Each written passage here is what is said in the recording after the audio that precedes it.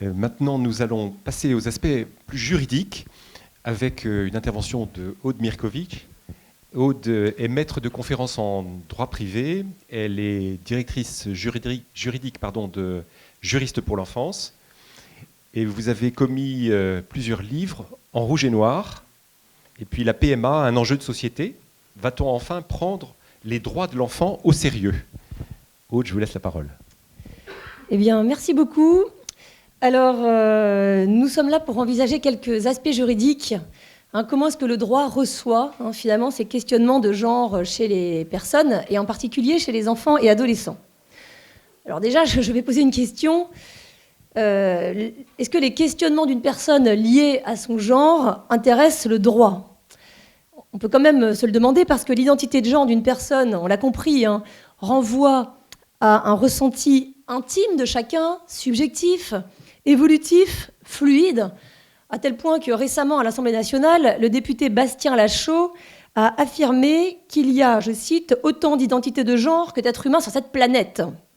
Alors autant dire que l'identité de genre est juste le contraire d'un concept juridique dont la caractéristique, normalement, est justement d'être clair et précis. Et pourtant, le Conseil constitutionnel a estimé dans une décision de 2017 que ces termes identité de genre étaient suffisamment clairs et précis pour respecter le principe de l'égalité des délits et des peines. Il s'agissait d'une loi qui a généralisé dans le code pénal la référence à l'identité de genre de la victime. Et la question était particulièrement importante puisque ce principe de l'égalité des délits et des peines exige de définir les crimes et délits en des termes suffisamment clairs et précis pour exclure l'arbitraire. Bon, malgré tout, donc, ces termes ont été validés dans le droit, ce qui ne va pas sans susciter quelques petites difficultés, comme on le verra. Ce ressenti que chacun a de lui-même, a priori, il relève de sa vie privée. Après tout, c'est la vie privée de chacun. Et il ne semblait pas avoir vocation à devenir ainsi omniprésent en droit. Et c'est pourtant paradoxalement, au nom du respect de la vie privée de l'individu, que la revendication d'être perçu par le corps social en conformité avec ce ressenti intime a été accueillie par le droit, par le changement de sexe, à l'état civil. Mais justement, l'accueil de cette revendication est passé par la modification du sexe à l'état civil, alors que le sexe est, sauf des cas pathologiques extrêmement rares, le sexe est une donnée biologique objective. Donc il en résulte une tension permanente, comme si on utilisait un réceptacle rond pour faire entrer un objet ovale. C'est-à-dire que jusqu'à un certain point, le rond peut accueillir l'ovale, mais ce ne sera jamais complètement ajusté ni adapté. Alors malgré ce concept un petit peu défavorable à la précision, nous allons quand même faire un petit point sur trois aspects. D'abord, la question de l'état civil, celle des traitements et interventions médicales. Et puis ensuite, nous pèserons le comportement des tiers face à cette revendication au prisme des infractions pénales justement qualifiées de transphobie. Alors d'abord un mot sur l'état civil. Bon, le sexe est indiqué dans l'acte de naissance de l'enfant lors de la naissance. Il est en outre révélé par l'aspect physique de la personne et en général, il apparaît dans les prénoms. C'est pourquoi les questions liées au genre vont intéresser l'état civil en ce qui concerne le prénom d'abord et en ce qui concerne la mention du sexe. Alors quelques mots sur le prénom. Ils sont choisis par les parents au moment de la déclaration de naissance de l'enfant et ils figurent dans l'acte de naissance. Et selon une loi du 6 fructidor en 2 qui est toujours en vigueur, je cite, « Aucun citoyen ne pourra porter de nom ou de prénom autres que ceux exprimés dans son acte de naissance. Ceux qui les auraient quittés seront tenus de les reprendre. » Vous voyez, bon, autre temps, autre mœurs, mais en fait, même problématique. À l'époque, les gens abandonnaient leur nom qui était trop chrétien à leur goût. Bon, maintenant, le nom est trop féminin ou trop masculin à mon goût. Bon, mais enfin, vous voyez. Donc, nous avons cette loi qui est toujours en vigueur. Et vous voyez que la loi permet d'utiliser les prénoms qui sont dans l'acte de naissance. Et donc, chacun peut choisir à titre de prénom usuel, donc habituel, un des prénoms qui figurent dans son acte de naissance, pas forcément le premier. Alors, en dépit de l'obligation de s'en tenir à l'acte de naissance, s'est développée une coutume, ce qu'on appelle une coutume contra legem, c'est-à-dire à l'encontre de la loi, de se servir dans la vie courante d'un prénom d'usage, donc qui ne figure pas sur l'acte de naissance. Et si c'est devenu une coutume, c'est que bien qu'elle soit à l'encontre de la loi, en fait, c'est toléré. Ce n'est pas une infraction. Ce n'est pas illégal de se faire désigner par un autre prénom que celui qui est dans l'acte de naissance, tant qu'on ne cherche pas à tromper. Bon, cependant, l'utilisation d'un prénom d'usage a ses limites. D'abord, dans tout ce qui est diplôme, acte officiel comme les diplômes d'État, diplômes délivrés par les universités, par exemple, eh bien, ils ne peuvent être délivrés qu'en conformité avec les mentions de l'état civil.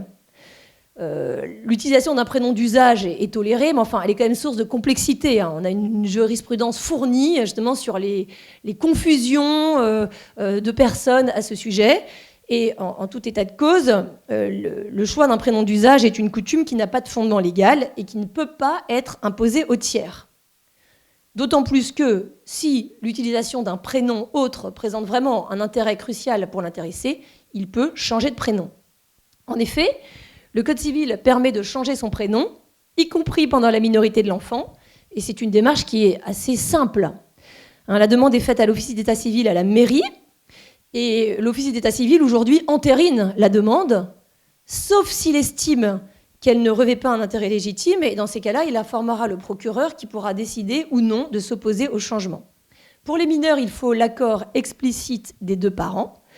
Mais enfin, une fois le changement de prénom effectué à l'état civil, alors cette fois-ci, oui, non seulement on peut, mais même à la limite, on doit utiliser ce prénom. Et cette fois-ci, ce changement s'impose à tout le monde. Donc en résumé, un jeune qui choisit un prénom d'usage n'a pas le droit, il n'y a pas de fondement légal pour imposer ce choix aux autres, à commencer par l'administration, l'assurance maladie, les établissements scolaires, etc. Quoi qu'en dise la circulaire dont on reparlera cet après-midi. En revanche, un jeune qui a procédé, avec l'accord de ses parents, à un changement de prénom à l'état civil peut cette fois-ci imposer l'utilisation de ce prénom à tous, y compris les administrations, l'établissement scolaire, etc. Alors pour le sexe, maintenant, il est lui aussi indiqué dans l'acte de naissance de l'enfant. C'est l'article 57 du Code civil qui dit sobrement: l'acte de naissance énoncera le jour, l'heure, le lieu de la naissance, le sexe de l'enfant. Il est constaté au vu des organes génitaux de l'enfant, et en effet, c'est un constat. C'est implicite dans l'article du Code civil, et l'alinéa qui suit, qui vise justement le cas pathologique où on a une difficulté pour déterminer le sexe, est explicite. Il permet d'attendre quelque temps, le temps que le sexe soit médicalement constaté. Mais que le constat soit à la portée du premier venu, ou alors qu'il exige l'expertise de médecin, il s'agit toujours d'un constat. Et le vocabulaire de sexe assigné à la naissance ou décidé par je ne sais qui ne correspond à aucune réalité, ni de fait, ni juridique. Alors, pas plus que la date de naissance d'un enfant, son sexe n'est décidé. Alors, il peut y avoir des erreurs, on peut se tromper dans l'émotion du moment, je ne sais pas. Et alors, l'acte de naissance pourra être rectifié, mais il ne s'agit toujours pas d'une décision arbitraire, il s'agit de revenir à la réalité, si on s'est trompé. Le sexe ne peut être que masculin ou féminin.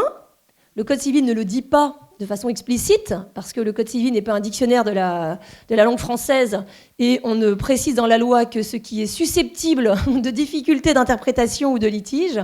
Et donc, ça n'a jamais semblé opportun aux législateurs successifs de le dire. Mais aujourd'hui, c'est devenu une nécessité, et la Cour de cassation a été sollicitée par une personne qui demandait de remplacer sur son acte de naissance l'indication d'un sexe masculin par celle de sexe neutre ou, à défaut, intersexe. Eh bien, elle a expliqué de façon explicite ce qui est déjà dans la loi mais implicite, à savoir que la dualité des énonciations relatives au sexe dans les actes d'état civil poursuit un but légitime en ce qu'elle est nécessaire à l'organisation sociale et juridique dont elle constitue un élément fondateur. Alors, il y a d'autres pays qui ont accepté une troisième mention du sexe à l'état civil, on pourra y revenir, mais en tout cas, en France, c'est masculin ou féminin. Alors, a priori, le sexe n'a pas vocation à être modifié. il y a certains éléments de l'état des personnes qui peuvent être modifiés. Par exemple, quand on est célibataire et qu'on se marie, eh bien, voilà, la mention est modifiée, on passe à l'état matrimonial. Ensuite, on peut devenir veuf ou divorcé. Bon, mais la mention du sexe n'a pas vocation à être modifiée, puisque justement, le sexe donné biologique, en réalité, ne peut pas être modifié. Les transformations physiques sont toujours limitées, et le changement de sexe chromosomique est impossible.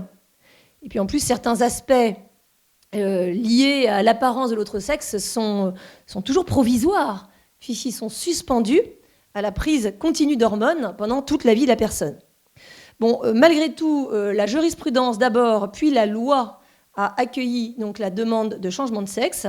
Et aujourd'hui, le Code civil, c'est un article qui résulte de la loi du 18 novembre 2016, permet à toute personne majeure ou mineure émancipée, donc je lève le suspense tout de suite, les enfants et adolescents non émancipés ne peuvent pas changer de sexe à l'état civil, donc toute personne majeure ou mineure émancipée qui démontre par une réunion suffisante de faits que la mention relative à son sexe dans les actes de l'état civil ne correspond pas à celui dans lequel elle se présente et dans lequel elle est connue, peut en obtenir la modification.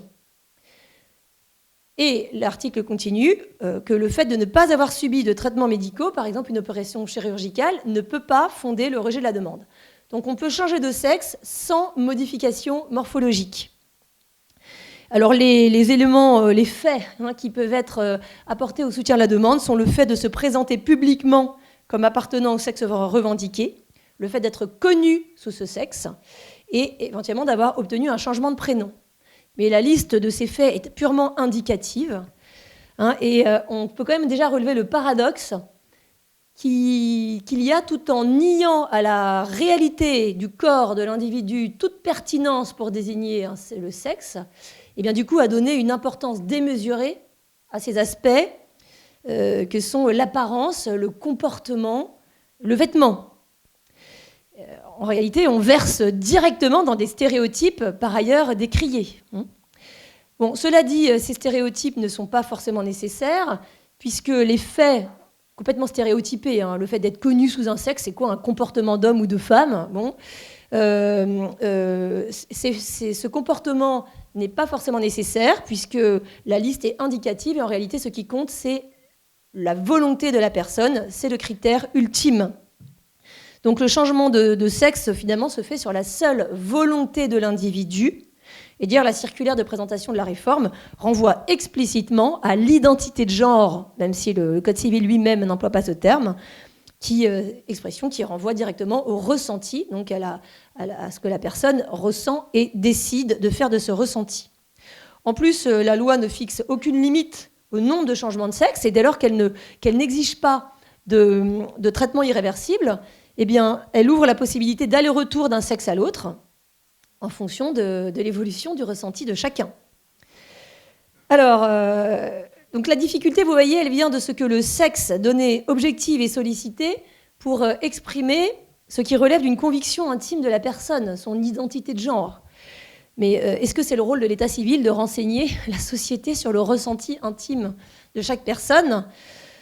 Certaines personnes ne sont pas en adéquation avec leur date de naissance. Aux Pays-Bas, un homme de 60 ans a dit qu'il se sentait beaucoup plus 40. D'ailleurs, il faut dire qu'il est assez bien conservé. Donc c'est tout à fait crédible. Enfin, on peut passer en revue son vécu social, son ressenti intime. Tout ça n'est pas en conformité avec son état civil. Et la demande n'a rien d'un excès ou d'une dérive. Elle est tout à fait fondée à partir du moment où l'état civil est là pour officialiser et donner une consécration juridique au ressenti intime de l'intéressé.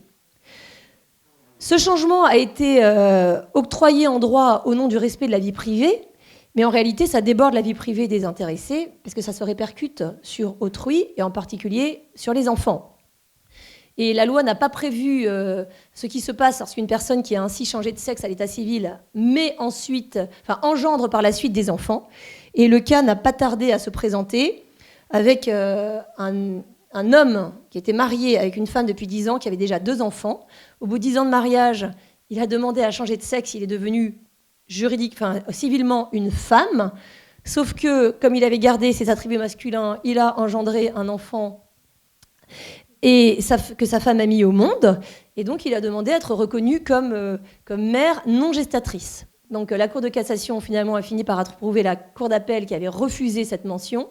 Et la Cour d'appel avait mis sur l'acte de naissance de l'enfant la mention de parent biologique, qui était un moindre mal dans la mesure où au moins ce n'était pas faux, mais enfin qui avait quand même un problème, c'est qu'elle ne disait pas à l'enfant la vérité sur sa naissance et sur son engendrement, ce qui est quand même le but de l'acte de naissance, de dire à l'enfant de qui il est né.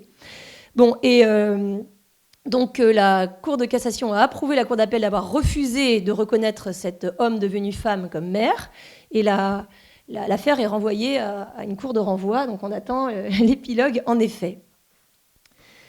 Donc, on voit que ce très rapide tour d'horizon sur le changement de sexe à l'état civil, tout ça pour dire que les mineurs n'y ont pas accès. Hein, mais quand même, je pense que c'est intéressant d'avoir en tête ce dont il s'agit et quand même les limites de l'exercice. Hein. Donc, alors pourtant que le Code civil ne permet pas le changement de sexe à l'état civil aux mineurs, eh bien, la médecine met à leur portée des traitements permettant d'initier dès l'enfance donc une transition. Alors, les interventions médicales ont été expliquées, donc je ne reviens pas dessus. Je relève d'emblée que la légalité, la légalité même des interventions médicales sur les personnes dites trans, vous voyez, Christian, j'ai bien retenu la consigne, en réalité, elle pose problème qu'il s'agisse des majeurs ou des mineurs, d'un point de vue juridique. En effet, l'article 16.3 du Code civil dit, je cite, « Il ne peut être porté atteinte à l'intégrité du corps humain qu'en cas de nécessité médicale pour la personne. Le consentement de l'intéressé doit être recueilli préalablement, hors le cas où son état rend nécessaire une intervention thérapeutique à laquelle il n'est pas à même de consentir. » Il faut le consentement, sauf urgence. On n'est pas dans les cas d'urgence, donc on va en rester au consentement. Donc les traitements hormonaux administrés, et a fortiori la chirurgie, peuvent sans contestation être qualifiés d'atteinte à l'intégrité du corps humain. Alors, pour qu'ils soient légitimes, il faut deux conditions. Un, qu'ils répondent à une nécessité médicale pour la personne, et deux, le consentement. Alors, je vais prendre ces deux points, si vous le voulez bien. D'abord, la nécessité médicale. Eh bien, la question se pose, parce que de deux choses une. Soit la discordance entre la morphologie de la personne sexuelle et son ressenti intime et profond relève de la pathologie.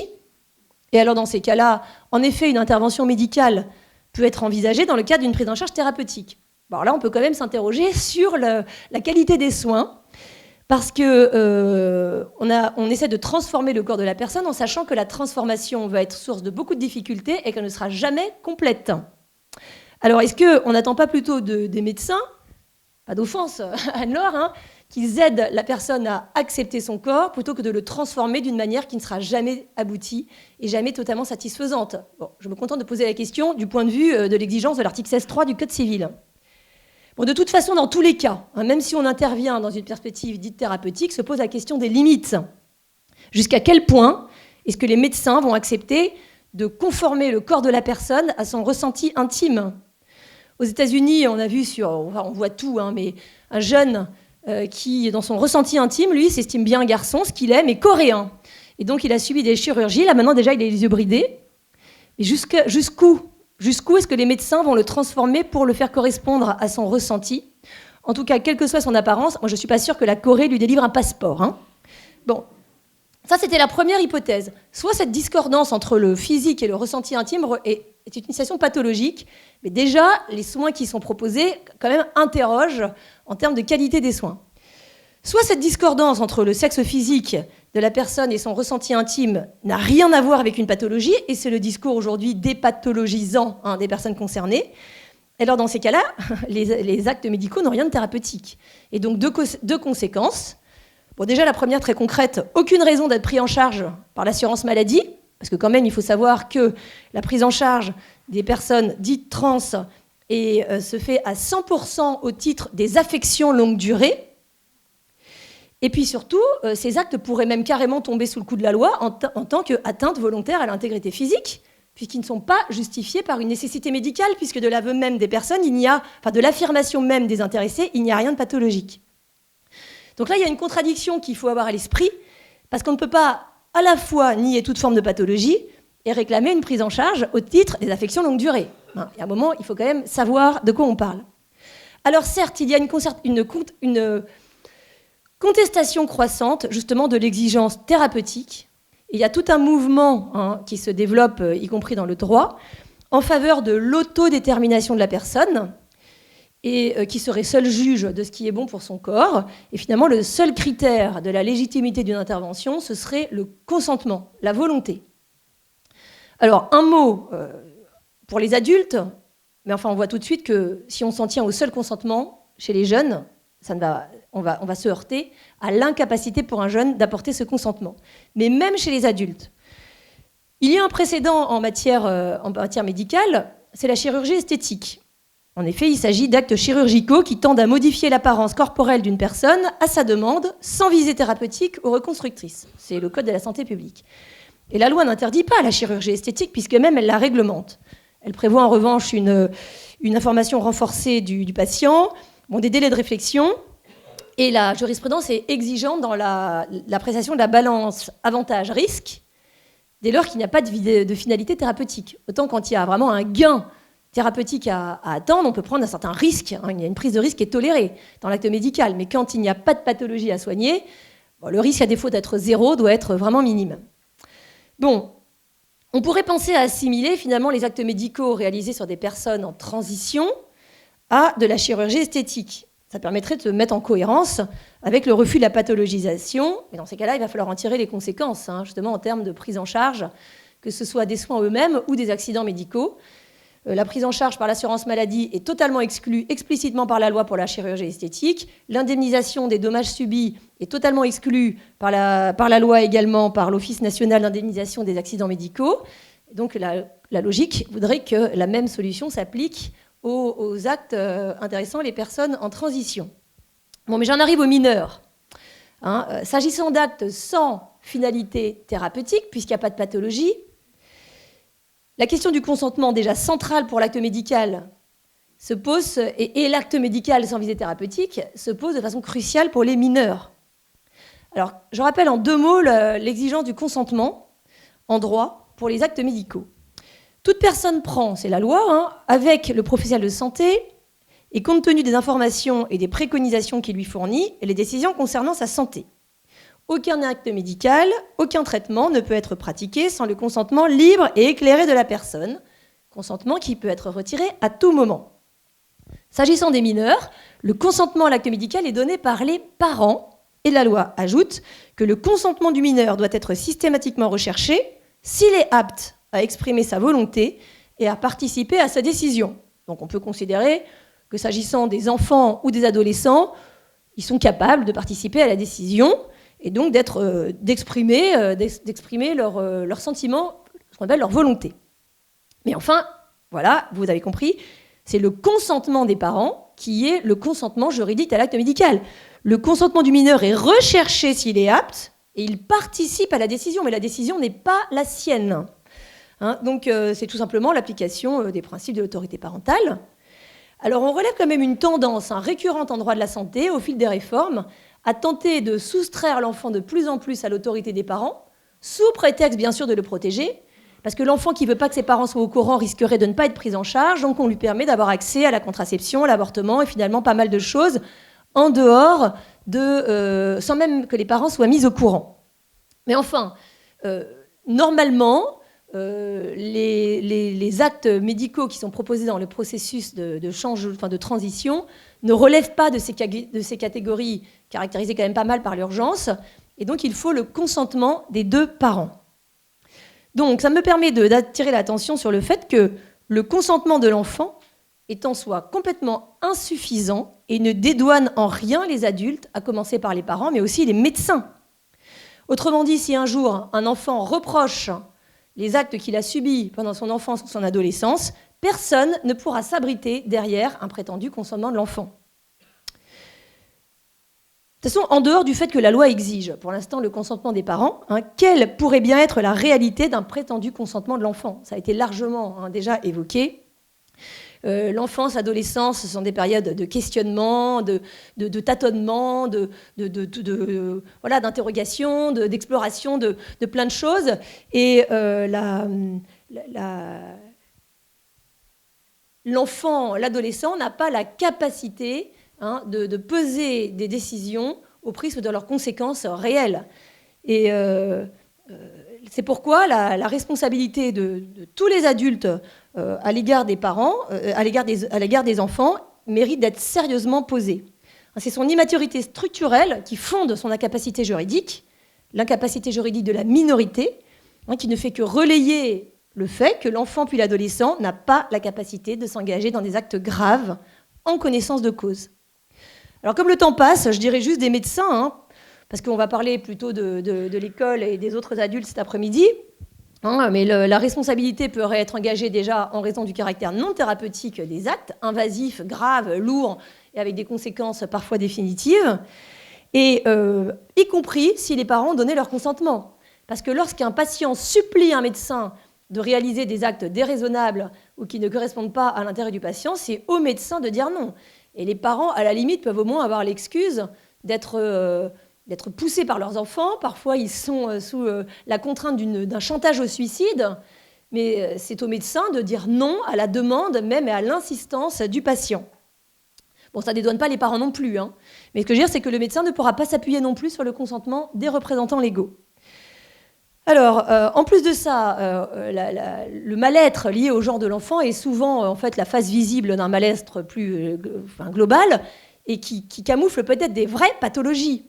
Et du coup, d'engager l'enfant dans un processus affirmatif de transformation de son corps, ça va faire diversion un certain temps, mais du coup, on omet de soigner et de prendre en charge les vraies pathologies. Je prends un exemple un petit peu caricatural, mais si l'enfant souffre de dépression, le fait de l'engager dans une transition ne va pas du tout porter remède à sa dépression qui va rester là. Alors, en plus à ceci, il faut ajouter que on a de plus en plus, maintenant qu'on commence à fréquenter pas mal de parents d'enfants concernés, ils relèvent aussi des pratiques médicales qui sont quand même très légères et des médecins qui prescrivent des hormones de façon très rapide. Et d'ailleurs, on voit sur les réseaux sociaux les adolescents qui s'échangent les coordonnées de médecins compréhensifs. Et là, récemment, un gynécologue a reçu un avertissement de l'ordre des médecins parce qu'elle avait prescrit de l'hormonothérapie à une fille de 20 ans. Donc c'est pour ça que les parents n'ont pas pu s'opposer au traitement de 20 ans, mais à l'issue d'une seule consultation. On va dire, bon, quand même, c'est pas beaucoup. Pour acheter une maison, il faut réfléchir vachement plus. Si on veut prendre d'autres exemples juridiques où on impose des délais de réflexion, je veux dire, j'en ai à l'appel. Et là, il n'y a eu aucun délai de réflexion. Bon, alors, il faut dire que la question n'est pas simple, parce que soit les adultes acceptent de suivre l'enfant dans son affirmation, que ce soit à contre-cœur ou en étant enthousiaste, et je n'exclus absolument pas que leur responsabilité soit engagée d'ici 5 ou 10 ans, pour avoir accompagné l'enfant dans un parcours qu'il va regretter. Soit ils refusent de collaborer, mais alors du coup, ils se heurtent au risque d'être condamnés pour transphobie. Alors, il n'y a pas en droit pénal d'infraction générale de transphobie, mais en revanche, différents comportements sont sanctionnés et notamment aggravés lorsqu'ils sont accomplis en raison de l'identité de genre de la victime. Donc, par exemple, injures, violences, discrimination, harcèlement. Et de façon générale, l'identité de genre de la victime est une circonstance aggravante de tous les crimes et délits punis d'emprisonnement. Alors, la question qui se pose concrètement, c'est de savoir, alors je passe sur les violences ou les injures transphobes, par exemple, le fait de tweeter transgenres, les malheureux qui veulent changer de sexe sont des vicieux et des malades qui relèvent de la psychiatrie. Ça tombe sous le coup de l'injure publique. Mais enfin, je veux dire, personne ne va défendre ce genre le fait de se répandre ainsi sur les réseaux sociaux. Là, je vais vraiment parler du comportement qui peut être légitimement adopté dans l'intérêt de l'enfant, à savoir le mégenrage, entre guillemets, c'est-à-dire le fait de ne pas vouloir désigner l'enfant sous le prénom et le pronom qu'il revendique. Donc, je ne vois pas, a priori, ça ne relève pas de la discrimination, au contraire. On dit, non, justement, on te traite comme tout le monde, à savoir à partir des mentions de ton état civil et de ta réalité concrète corporelle. En revanche, la question des violences pourrait se poser, puisque les violences tant physiques que psychologiques sont sanctionnées par le code pénal, et surtout du harcèlement, puisque le harcèlement, c'est le fait, ce sont des propos ou comportements qui ont pour objet ou effet une dégradation des conditions de vie, se traduisant par une altération de la santé physique ou mentale. Donc c'est quand même très flou et très accueillant comme notion. Alors c'est vrai qu'il y a des motifs, des vraies raisons de se défendre, entre guillemets, puisque le but n'est pas de blesser l'enfant ni de le faire souffrir, c'est justement de le préserver contre sa propre hâte, hein, et de s'engager dans des décisions qu'il pourrait refuser ensuite, regretter ensuite, pardon. Et donc, et puis même, on peut même s'appuyer sur la loi. Si la loi ne permet pas le changement de sexe à l'état civil, c'est quand même pas pour rien. Alors, est-ce que le code civil est transphobe, hein? Et donc, le comportement qui consiste tout simplement à, au minimum, différer les décisions, et que quand tu seras adulte, tu feras bien ce que tu voudras, mais pour l'instant, en tant qu'adulte, notre responsabilité est de te obliger à attendre, bon, pourrait quand même être fermement défendu devant un tribunal, mais enfin, malgré tout, on est quand même en situation d'insécurité. Surtout, je finis avec ça, avec la proposition de loi qui est actuellement en cours d'examen au Parlement, donc dite de lutte contre les thérapies de conversion. Alors, la rapporteure Laurence Vansenbroek nous angoisse avec des exemples d'exorcisme, retraite, stage de guérison, séance d'humiliation, hypnose, traitement par électrochoc, anxiolytiques, antidépresseurs, injection d'hormones, mariage forcé, séquestration, privation de nourriture, coups et violences, viol et même excision. Bon, alors avec cet épouvantail-là, qu'est-ce on s'apprête finalement à sanctionner? Eh bien, des comportements ou propos répétés visant à modifier ou réprimer l'orientation sexuelle ou l'identité de genre vraie ou supposée d'une personne. Alors, sachant que pendant l'enfance et l'adolescence, justement, les questionnements liés à l'identité de genre sont classiques, etc., qui va se risquer, que ce soit les parents, les éducateurs, les psychologues, à accompagner le questionnement de l'enfant si des propos pourraient être interprétés comme visant à réprimer ou modifier l'identité de genre de l'enfant.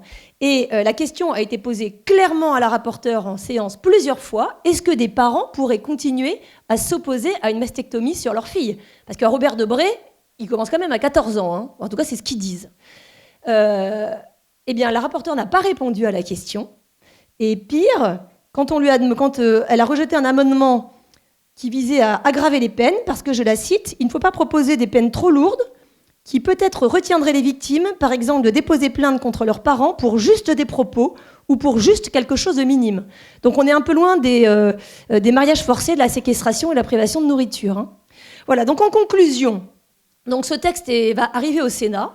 Hein, pour l'instant, il n'est pas adopté et justement, beaucoup de gens travaillent pour faire comprendre que si la lutte contre les discriminations, tout ça, c'est quelque chose de très bien, empêcher de questionner l'identité de genre d'un jeune, en fait, ça revient à l'abandonner à son propre désarroi. Et ce sera ma conclusion. Hein, la prétendue autodétermination de l'enfance est un artifice. Le statut de l'enfance, c'est celui de la minorité, qui est un statut juridique protecteur, qui interdit aux mineurs d'acheter de l'alcool, de conduire une voiture ou de voter. Hein, ce statut est là pour le protéger dans sa propre immaturité qui ne lui est pas reprochée, hein, qui est juste le propre de son âge. Donc, les enfants en questionnement de genre ont besoin que les adultes, à commencer par les parents, mais aussi le reste de la société, prennent leurs responsabilités à leur égard. C'est aux adultes de guider l'enfant, de poser des limites si besoin, et s'en remettre à la décision de l'enfant, c'est en réalité une démission. Voilà, je vous remercie.